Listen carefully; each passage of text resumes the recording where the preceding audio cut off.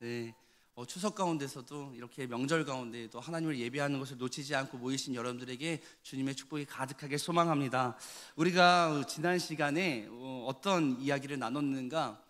우리의 인생에 있어서 무엇을 선택하는지가 중요하고, 특별히 이 신앙에 있어서 우리가 어떤 선택을 해야 되는지 우리가 말씀을 통해서 배웠습니다. 나의 힘이 아니라 하나님의 주권 속에 멈추어서 주님의 주권 안에 우리가 순종해야 되는 선택을 해야 된다. 또 소모적인 논쟁이나 에너지 낭비 대신에 그 시간이 나의 영적인 내실을 굳건히 세우는 것을 선택해야 된다. 또 세상의 이익보다 우리가 하나님 예배하기를 선택하는 자들이 되어야 한다. 이렇게 함께 배웠습니다. 그래서 우리가 이 무엇을 선택하는가 정말 중요하죠. 그런데 더 중요한 것이 있는 것 같습니다. 우리가 무엇을 선택하는가도 중요하지만 그 중요한 선택을 앞두고 누구의 조언을 듣는가도 굉장히 중요한 것 같아요. 물론 당연히 하나님의 뜻을 구하고 우리가 기도하는 것은 당연한 거고요. 또 그 하나님의 뜻을 구하면서 우리가 또 누군가를 찾아가지 않습니까? 영적 지도자를 찾아간다던가 아니면 경험자를 찾아간다던가 또 나의 멘토를 찾아간다던가 또 전문 분야에 있는 분들을 찾아가기도 합니다. 어떤 사람을 만나는가에 따라서 우리의 선택에 지대한 영향을 끼치는 것 같습니다. 그렇지 않습니까?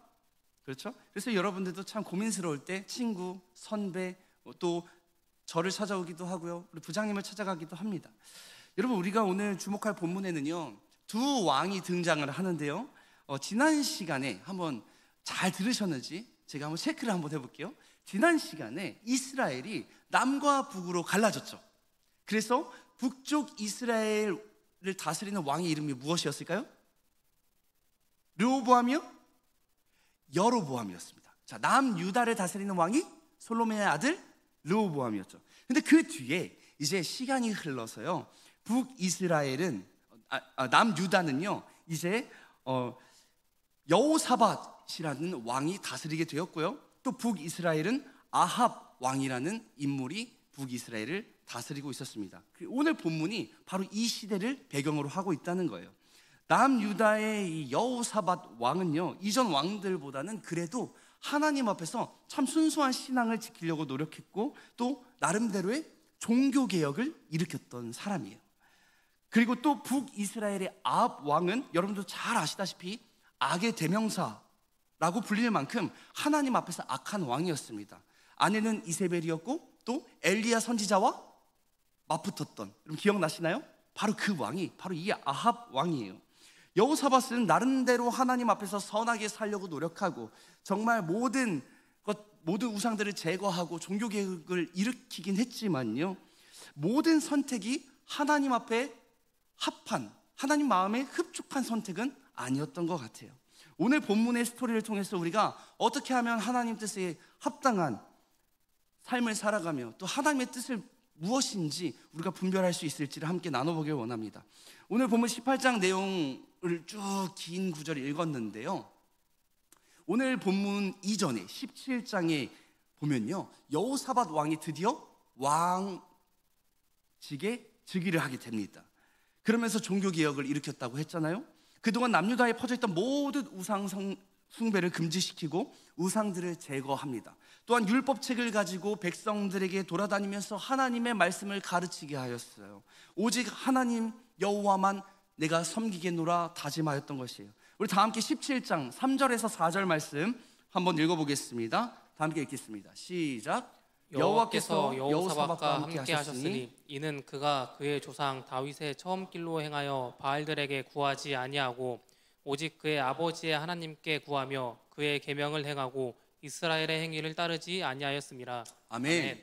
여러분, 여호사밧이 얼마나 멋진 결단을 내립니까? 모두가 우상 숭배할 때, 모두가 진리가 아닌 것을 진리라고 말을 할 때 확실하게 말하는 이 담대함, 여러분 정말 우리가 배워야 될 신앙의 태도인 줄 믿습니다. 너무 멋있지 않나요? 우상인 바알의 뜻을 구하지 않고 오직 나는 하나님 뜻만 구하겠다. 우리 백성은 하나님께 속한 자이다. 여러분 이렇게 결단하면서 하나님의 말씀을 최고의 법으로 다시 한번 제정한 거예요. 여러분 이 결단력 너무나 배우고 싶습니다. 진리가 아닌 것을 진리라고 말할 수 있는 용기, 지금 이 시대에 더욱더 필요한 것 같아요. 여러분 진리를 진리라고 말할 수 있어야 됩니다. 진리가 아닌 것을 진리가 아니라고 말을 할 수 있어야 돼요. 지금도 진리가 아닌 것을 진리라고 우기는 사람들이 얼마나 많은지 모릅니다. 여러분 점을 치고요, 또 운세를 보는 것, 여러분 데이트 코스를 가고 주요 어떤 유명한 거리나 번화가들을 가보십시오. 타로집이 그렇게 즐비해 있어요. 여러분, 그런데 이것이 마치 유행이고 당연히 해도 되는 것, 이 정도는 괜찮다고 여기면서 여러분 진리처럼 여겨버리는 거예요. 하나님께서 세상을 창조하실 때 남성과 여성을 창조하셨는데 이 진리를 부정하기도 합니다. 여러분, 나 외에 다른 신을 섬기지 말라고 하셨어요. 이것이 진리인데 진리를 진리처럼 여기지 않으니까 문제가 생겨나는 거예요. 그래서 지금도 계속되는 이슈 중에 무엇이 있는가? 차별금지법이 있지 않습니까? 여러분들도 잘 아실 거예요. 동성애를 포함한 모든 종류의 젠더를 차별하는 발언을 했을 때 처벌하는 법입니다. 이걸 법으로 제정하려고 하는 거예요. 진리인 하나님의 말씀의 정면으로 대항하는 거예요. 이외에도 우리의 개인의 생각과 삶의 행동 양식 속에서 진리가 아닌 것을 진리처럼 여기면서 그것들을 붙들고 살아가는 것이 얼마나 많은지 모릅니다. 여러분, 이런 시대 속에서 우리가 깨어 있어야 되지 않겠습니까? 깨어 있어야 돼요. 진리가 아닌 것을 아니라고 말할 수 있어야 됩니다. 진리인 것을 진리라고 말할 수 있어야 됩니다. 여호사밧이 그랬던 것처럼 우리도 과감하게 모든 우상들, 하나님의 말씀에 배격되는 모든 것들을 제거하고 나는 오직 여호와 하나님만 섬기겠노라, 이렇게 말할 수 있는 결단이 저와 여러분들에게 있기를 주님의 이름으로 간절히 소망합니다. 하나님 외에 따르고 있는 것, 여러분 무엇이 있을까요? 여러 가지가 있겠지만 여러분, 이 여호사밧 시대에는 특히나 바알을 숭배하는 이 숭배 사상이 너무나 컸습니다. 이 바알 신상까지도 모조리 다 제거하고 이 종교개혁을 성공적으로 이끌었습니다. 그래서 이 여호사밧이 하나님을 섬기기 시작하면서요, 하나님께로부터 받은 축복이 엄청나게 많이 있습니다. 여호사밧이 부귀와 영광을 다시 한번 회복하게 되고요, 남유다가 점점 군사적으로 강성해지기 시작하는 거예요. 나라가 강성해지니까 어떻게 됩니까? 자연스럽게 주변 나라들이 벌벌 떨면서 조공을 바치기 시작하고요, 유다의 명성은 점점 높아지게 되었습니다. 그러나 오늘 본문 18장 1절 말씀은 이 위대한 개혁을 일으켰던 여호사밧에게 아주 치명적인 실수가 등장을 하게 되는 거예요. 우리 다 함께 1절 말씀 읽겠습니다. 시작. 여호사밧이 부귀와 영광을 크게 떨쳤고 아합 가문과 혼인함으로 인척 관계를 맺었더라. 아멘. 여러분, 자 말씀 한번 보세요. 지금 여호사밧이 부귀와 영광을 크게 얻었는데 어떤 가문과 지금 혼인하였다 그래요? 아합 가문. 지금 남과 북으로 갈라진 상황에서 남유다의 왕인 여호사밧이 북이스라엘의 왕인 아합 왕과 혼인 정약을 맺었다는 거예요. 여러분, 아합 왕, 아까도 이야기했듯이 악의 대명사 아닙니까? 그런데 지금 여호사밧이 하나님 앞에 범죄하고 있는 그 아합 왕과 손을 잡는 거예요. 자녀들을 정약 결혼시켜서 정치적으로 동맹을 맺는 겁니다. 사랑하는 여러분, 여호사밧의 성공이 누구로부터 왔나요? 한번 대답해 보실래요? 누구로부터 왔습니까? 하나님으로부터 왔어요. 아합 가문도 아니었고요, 어떤 자신의 어떤 능력도 아니었습니다. 오직 하나님에게로부터 나온 이 축복과 영광이었어요. 그런데 이 성공의 정점에서 그가 영적인 교만함에 빠지게 됩니다. 그래서 현실적인 이득을 취하려고 악한 아합 왕과 정략적인 혼인 관계를 맺게 된 거예요. 이 동맹은 북이스라엘의 우상 숭배와 악한 영향력을 그의 가정과 나라에 직접 끌어들이는 그는 아주 잘못된 행위였습니다. 이 타협의 결과 여호사밧은 아합의 꼬임에 쉽게 넘어가게 되죠. 아합이요, 이제 길르앗 라못이라고 하는 그 지역으로 쳐들어가길 원했어요. 그래서 전쟁을 나가야 되는데 이 남쪽 유다와 동맹을 맺었으니까 제안을 하는 거예요. 우리가 같이 동맹해서 저 길르앗 라못이라는 곳을 우리가 치러 가자. 이때 여러분, 여호사밧이 어떤 반응을 보이는지 아십니까? 3절 말씀 한번 읽어보겠습니다. 다 함께 읽습니다. 시작.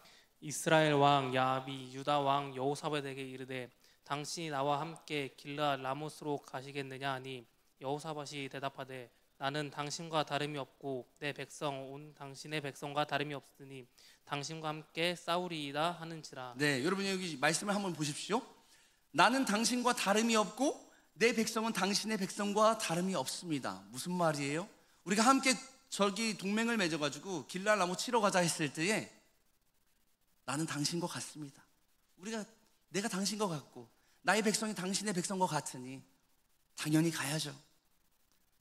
여러분, 여호사밧은 이 한마디로요, 자신의 하나님 나라의 백성이라는 정체성을 세상의 악한 힘과 동등한 위치의 수준으로 끌어내린 거예요. 여호사밧이 그동안 재물과 명예를 얻었을지 모르겠지만 믿음의 순수성과 신앙적 분별력을 완전히 잃어버린 채 이런 결정을 내리는 것입니다. 결코 놓치면 안 되는 것을 놓쳐버리는 거예요. 사랑하는 여러분, 우리는 어떻습니까? 교회와 세상의 경계가 모호해진 이 시대 가운데 우리는 세상 속에서 이 정도 타협은 괜찮겠지? 이렇게 생각하면서 얼마나 신앙이 타협을 많이 하는지 몰라요. 세상의 속도와 효율, 성공 기준에 맞추기 위해서 가장 중요한 영적인 것들을 타협하면서 산다는 이야기입니다. 세상적인 수준으로 예배를, 하나님을 낮춰버리는 거예요. 예배를 포기하고 하나님의 말씀을 포기하고 신앙의 정체성을 다 포기해버립니다. 세상과 자신을 동일시하려고 하는 이 유혹 속에 우리가 빠져버리게 되는 것이죠. 바로 이것이 가장 위험한 순간, 타협의 순간인 것입니다. 우리는요, 이것을 정말 경계해야 돼요. 사랑하는 청년 여러분, 우리가 이걸 경계합시다. 선과 악이 무엇인지 분별할 정도는 돼야 되지 않겠어요? 하나님의 은혜가 필요하지 않겠어요? 우리 모두가 이런 유혹 속에서 영적인 분별력을 가지고 우리가 이 세상의 선과 악을, 하나님의 뜻과 하나님의 뜻이 아닌 것을 분별할 수 있는 영적인 지혜가 있기를 주님의 이름으로 간절히 축복합니다. 우리는 여호사밧의 이 스토리를 보면서 우리 자신을 바라봐야 됩니다. 지금 여호사밧은요, 영적인 감각을 완전히 잃어버렸어요. 여호사밧이 아합과 동맹을 이루면서 길르앗 라못으로 전쟁을 나갈지 말지에 대해서 결정하는 이 순간 가운데 그래도 너무나 감사하고 다행이라고 굳이 말할 수 있는 것은 무엇인가? 그래도 여호사밧이 조금은 신앙의 양심은 있었구나, 조금은 영적인 감각이 그래도 조금은 있었구나를 발견하게 돼요. 왜냐하면요, 이 여호사밧이 전쟁에 나가기 전에 아합에게 이렇게 묻습니다. 먼저 여호와의 말씀이 어떠한지를 물어봅시다. 이렇게 제안을 하는 거예요. 그래서 전쟁을 하기 전에 하나님의 뜻을 구하려고 하는 시도, 이것만으로도 참 어떻게 보면 다행스러운 것 같아요. 여러분, 그러나 아합은 이미 답을 정해놓고 있어요. 아합은 400명의 선지자를 모았습니다. 이 400명의 선지자들이 누구입니까? 그들은요, 왕의 권력에 기대어 사는 어용 선지자였어요. 무슨 말인가? 왕의 기분을 맞춰주는 선지자라는 거예요. 그러니까 많은 신학자들이 이 선지자들 누구로 얘기하는가? 아마도 바알을 숭배하는 바알 선지자들이지 않을까 예상합니다. 이 400명의 선지자들이 일제히 이렇게 말을 하는 거예요. 왕이 이렇게 물어보니까, 우리가 전쟁에 갈지 말지를 물어보니까 이 400명 모두가 만장일치로 이렇게 얘기합니다. 전쟁에 올라가십시오. 하나님이 그 성읍을 왕의 손에 주실 것입니다. 이렇게 예언을 하는 거예요. 여러분, 이들의 예언이 얼마나 듣기 좋습니까? 얼마나 확신을 주는 예언이겠어요? 아합이 듣고 싶었던 말이거든요. 그런데 이런 귀에 좋은 이야기들은요, 우리 교회에도, 오늘날 교회에도 너무나 많이 존재해요. 우리는 종종 귀를 즐겁게 하는 목회자를 찾습니다. 나의 죄를 지적하지 않고 나의 잘못된 결정에 무조건적인 축복만을 선포하고 나의 욕망을 하나님의 뜻으로 둔갑시키는 그런 목소리를 찾는다는 얘기예요. 그래서 우리는 죄인입니다, 우리가 회개해야 됩니다, 이런 소리 듣고 싶지 않아요. 여러분, 왜 이렇습니까? 왜냐하면요, 진리는 듣기 불편한 거거든요. 듣기 싫거든요. 나의 삶을 근본적으로 뒤집어야 되는 말들이거든요. 그래서 이런 말씀을 피해서 좋은 소리, 나에게 축복된 이야기만 전해주는 목회자를 쫓아가서 듣고 유튜브로 시청하고 하는 거예요. 그러나 자신의 귀에 듣기 좋은 말씀만을 찾아서 헤매는 이런 신앙은요, 결국 우리를 거짓된 확신 속에 파멸로 인도하게 됩니다. 아파도 그 말씀을 듣고 깨닫는 게 우리가 살 길이에요. 힘들어도 말씀을 깨닫고 나의 마음을 찢으며 회개하는 것이 우리가 살 길입니다. 여러분, 이 사실을 믿으시길 바랍니다. 여호사밧은요, 400명의 소리 속에서 진리가 아님을 직감하게 돼요. 그래서 다시 한번 묻습니다. 이 400명 이외에 우리가 물을 만한 여호와의 선지자가 여기 또 있지 않습니까? 이렇게 물어봐요. 이것이 바로 여호사밧이 가지고 있던 마지막 신앙의 양심이었던 것 같아요. 결국 아합은 여호사밧의 요청을 들어주면서 마가야 선지자를 데려오도록 합니다. 그런데 이 아합은요, 미가야 선지자를 정말 싫어했습니다. 그 이유가 7절에 나오는데 우리 다 함께 읽어보길 원합니다. 함께 읽습니다. 시작. 이스라엘 왕이 여호사밧에게 이르되 아직도 이물라의 아들 미가야 한 사람이 있으니 그로 말미암아 여호와께 물을 수 있으냐. 그는 내게 대하여 좋은 일로는 예언하지 아니하고 항상 나쁜 일로만 예언하기로 내가 그를 미워하나이다 하더라. 아멘. 여러분, 아합이 미가야 선지자를 싫어하는 이유가 무엇이죠? 항상 나쁜 일로만 예언한다는 거예요. 자기가 듣고 싶은 말을 말고 지적하는 말만 한다는 거예요. 여러분, 참된 선지자는요, 불편한 사람입니다. 세상의 논리와 권력에 맞서야 돼서요, 참된 선지자는요 항상 고독했어요. 미가야가 등장했을 때 그를 데려온 신하조차도 미가야에게 협박을 하는 거예요. 400명의 선지자들이 한 목소리로 전쟁에 가라고 하니까 너도 그렇게 말해야 된다, 협박을 합니다.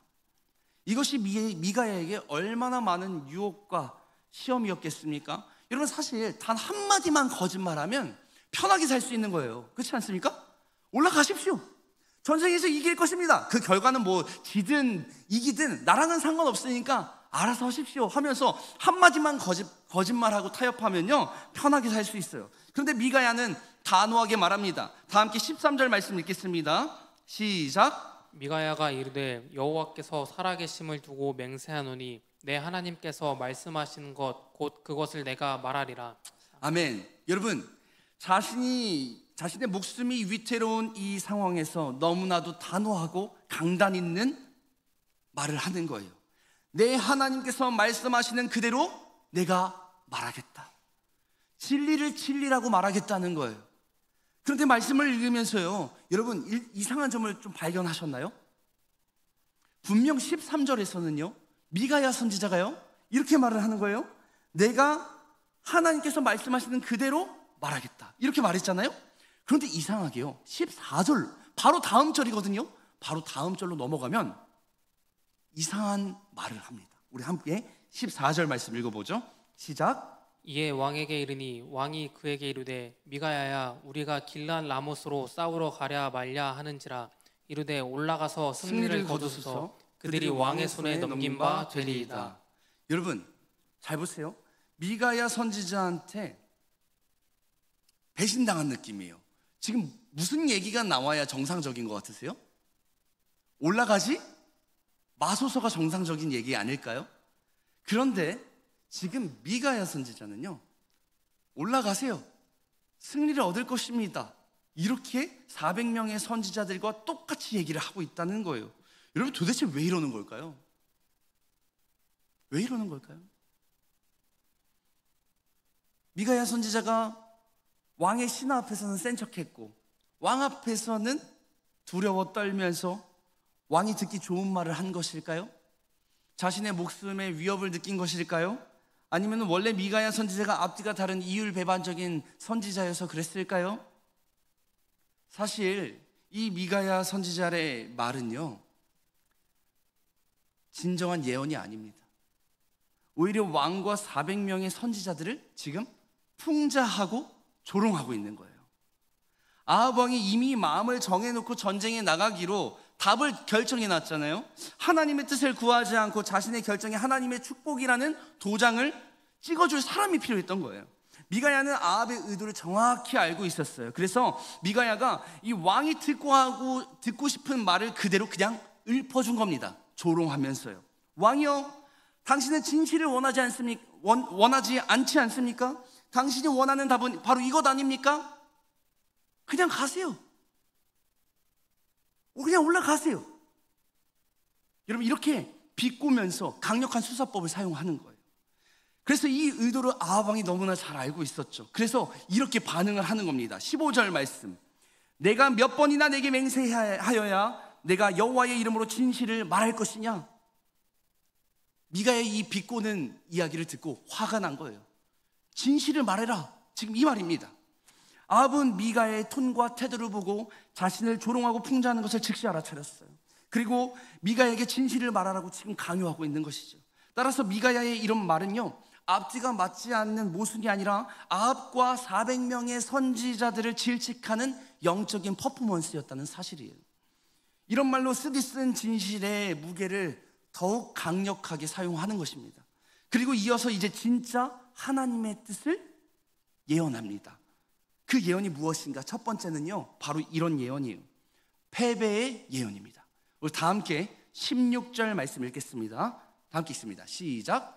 그가 이르되 내가 보니 온 이스라엘이 목자 없는 양같이 산에 흩어졌는데 여호와의 말씀이 이 무리가 주인이 없으니 각각 평안히 자기들의 집으로 돌아갈 것이니라 하셨나이다 하는지라. 아멘. 여러분, 이스라엘 목자 없는 양같이 산에 다 흩어질 것이다. 무엇을 의미합니까? 전쟁에서 패할 것임을 지금 이야기하는 거예요. 두 번째 예언은 이런 예언이에요. 거짓의 근원에 대한 예언입니다. 지금 이 거짓된 선지자들이 거짓의 영을 가지고 거짓말을 하고 있다는 것을 지적하는 거예요. 우리 21절에서 22절 말씀도 함께 읽겠습니다. 시작. 그가 이르되 내가 나가서 거짓말하는 영이 되어 그의 모든 선지자들의 입에 있겠나이다 하니 여호와께서 이르시되 너는 꾀겠고 또 이르리라 나가서 그리하라 하셨은즉 이에 보소서 여호와께서 거짓말하는 영을 왕의 이 모든 선지자들의 입에 넣으셨고 또 여호와께서 왕에게 대하여 재앙을 말씀하셨나이다. 네, 아합을 꾀어 전쟁터로 나가게 하려는 거짓말의 영이 지금 활동하고 있다는 것을 예언하고 있는 거예요. 하나님의 뜻을 가감없이 지금 전달하고 있습니다. 여러분, 이것이 진정한 하나님의 선지자들의 모습이었어요. 미가야가 전한 하나님의 말씀은요, 곧바로 고난을 수반했습니다. 400명의 거짓 선지자들을 대표하는 시드기야라고 하는 인물이요, 이 말을 듣자마자 미가야의 뺨을 힘껏 내리칩니다. 여러분, 얼마나 모욕적입니까? 뺨을 만든다는 것은요, 모욕의 극치예요. 그리고 이어서 아합 왕은 미가야를 옥에 가두라는 명령을 내립니다. 고난의 떡과 고난의 물을 마시게 하라고 명령을 해요. 미가야가 진리를 선포했을 때 여러분, 얻은 대가가 무엇입니까? 어떤 부나 명예나 좋은 일들이 아니었어요. 진리를 얘기하니까요, 고통과 멸시가 따랐습니다. 사랑하는 여러분, 참된 하나님의 음성은요, 우리의 현실을 불편하게 만들어요. 우리의 마음을 힘들게 만들어요. 우리가 진리를 말하고 진실을 말하고 정직을 행할 때요, 돌아오는 것은 오히려 고통과 아픔일 수 있습니다.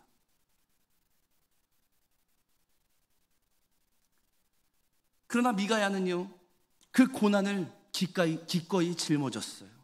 왜냐하면 그는 왕의 명령보다도 하나님의 말씀이 진리라는 사실을 잘 알고 있었기 때문에 그렇습니다. 그래서 그 고난도 기꺼이 감수하면서 진리를 담대하게 말하는 것이죠. 그 고난은 왕의 심기를 좀 불편하게 했을지 몰라도 만약에 왕이 그 예언을 들었다면 왕을 살리고 백성을 살리는 생명의 지름길이 되었을 것입니다. 그러나 여러분, 어떻게 되었습니까? 여호사밧은 미가야의 말을 무시하고 전쟁터로 나가게 됩니다. 그리고 죽을 고비를 넘겨요. 그리고 아합 왕은 미가야의 예언대로 전쟁터에서 죽음을 맞이하게 됩니다. 거짓된 진리는 귀를 즐겁게 하지만 결과는 멸망입니다. 참된 진리는 마음을 힘들게 할지 모르겠지만 그대로 순종하면 결과는 생명입니다. 사랑하는 여러분, 오늘 우리는 이 두 목소리 앞에 서 있습니다. 바로 달콤한 거짓말과 쓰디쓴 진실이라는 말이죠. 여러분, 첫 번째, 우리는 달콤한 거짓말을 경계해야 됩니다. 오늘날 400명의 선지자들이 무조건적인 성공과 십자가 없는 번영만을 외치면서 지금도 우리에게 속삭이고 있어요. 성공주의 신앙으로의 모습으로 우리에게 다가오고 있다는 것입니다.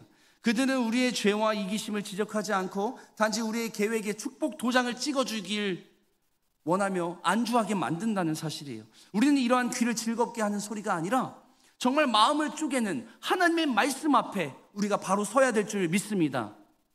아멘이세요? 두 번째, 우리는 쓰디쓴 진실을 선택해야 됩니다. 미가야 선지자가 내 하나님이 말씀하시는 것 곧 그것을 내가 말하리라 이렇게 담대하게 선포했잖아요.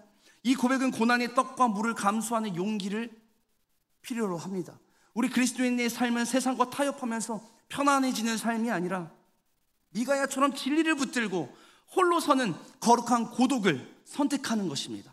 세상과 교회의 경계가 무너지는 이 시대에 미가야의 뺨을 때리는 400명의 힘이 얼마나 강한지 직접 경험하게 돼요.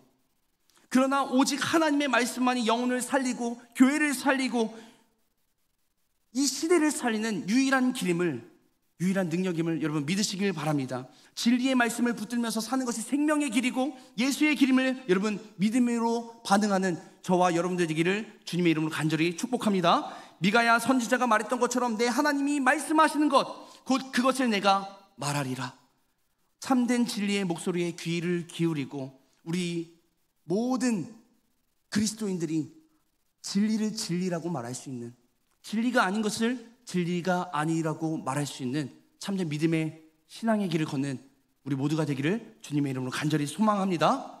우리 다 함께 일어나서 찬양한 후에 함께 기도하겠습니다.